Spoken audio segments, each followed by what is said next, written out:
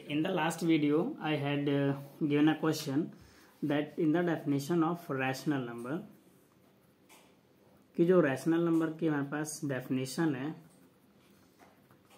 वो ये है कि अगर हमारे पास कोई रैशनल नंबर है तो वो p बाई क्यू के फॉर्म में होती है, जहाँ पर p और q हमारे इंटीजर्स होते हैं। तो क्वेश्चन मैंने कहा था कि p और q इंटीजर्स ही क्यों होते हैं, इसके क्या रेस्ट्रिक्शन है, क्यों इस पे रेस्ट्रिक्शन लगाई है कि p और q हमारे इंटीजर्स ही होंगे। तो इस पर आज थोड़ा सा एक्सप्लेनेशन देंगे हम। तो वैसे इसके कई सारे रीजंस हो सकते हैं, आप ढूंढेंगे, लेकिन बेसिकली इसके दो मेन रीजन मुझे लग रहे हैं। पहला रीजन ये कि जो रैशनल नंबर है अगर वो p बाई क्यू के फॉर्म में लिखा हुआ है तो बेसिकली देखा जाए तो वो क्या है, एक फ्रैक्शन है, फ्रैक्शन ही तो है।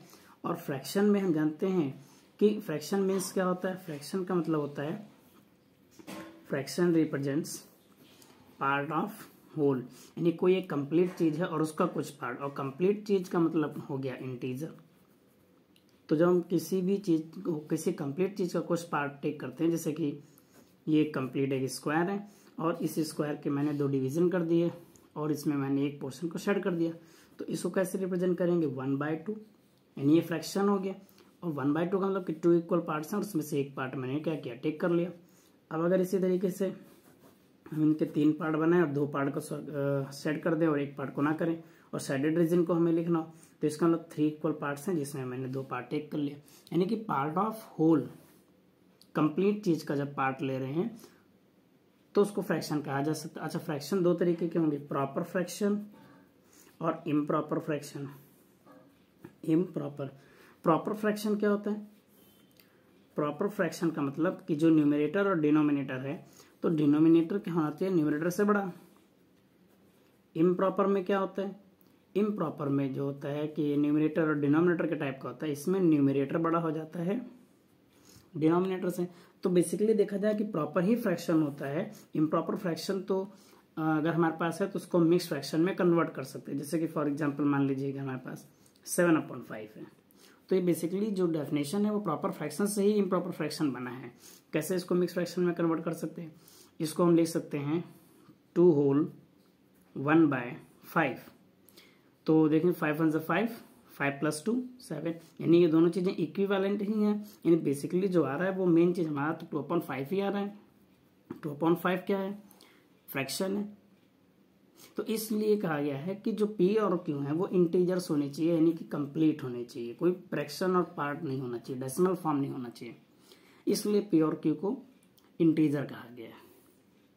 ठीक है, प्रॉपर फ्रैक्शन में से ही होता है, डेफिनेशन ही होती है कि fraction is the part of whole, यानी पार्ट ऑफ इंटीजर, यानी कि कोई एक कंप्लीट चीज है और उसका कुछ पार्ट हमें टेक करना है तो उसको हम फ्रैक्शन के फॉर्म में रिप्रेजेंट कर सकते हैं, जिसको रैशनल कहेंगे। तो रैशनल भी बेसिकली हमारे या तो प्रॉपर होंगे या तो इम्प्रॉपर होंगे। पहला रीजन, इस वजह से p और q को इंटीजर कहा गया। दूसरा रीजन ये है सबसे मेन, इससे सिमिलर एक आंसर भी आया था कमेंट में, तो रैशनल नंबर का। So we are defining the definition of rational number. It means कि रियल नंबर लाइन पे हमारे पास क्या है, 0 है, 1 है, 2 है, 3 है, यानी -1 -2, यानी इंटीजर्स तक तो हम, इंटीजर्स तो हमारे पास हैं, लेकिन हम रैशनल डिफाइन कर रहे हैं। रैशनल का डेफिनेशन जो हम डिफाइन कर रहे हैं इसका मतलब अभी हमारे पास रैशनल नंबर नहीं है। तो रैशनल की डेफिनेशन क्या है कि a number in the form of p by Q. p और q क्या है, इंटीजर्स हैं। तो जब हम डेफिनेशन रैशनल की डिफाइन कर रहे हैं तो जब अगर हम p को इंटीजर नहीं ले, मान लो 1/2 ले लेते हैं, या q को कुछ भी 3/2 ले रहे हैं, तो ये पॉसिबल ही नहीं है कि हम p 1/2 ले, क्योंकि हमारे पास रैशनल नंबर भी है ही नहीं है।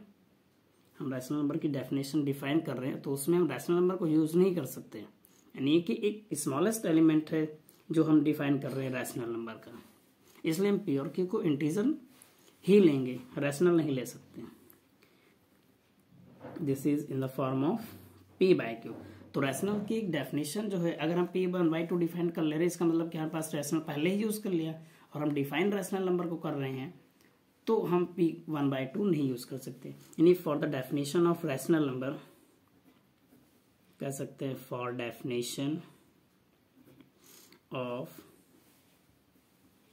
रैशनल नंबर यानी कि रैशनल नंबर के डेफिनेशन में P और Q can not be taken as rational, यानी P और Q को हम रैशनल नहीं ले सकते क्योंकि हमारे पास रैशनल है ही नहीं उतने समय।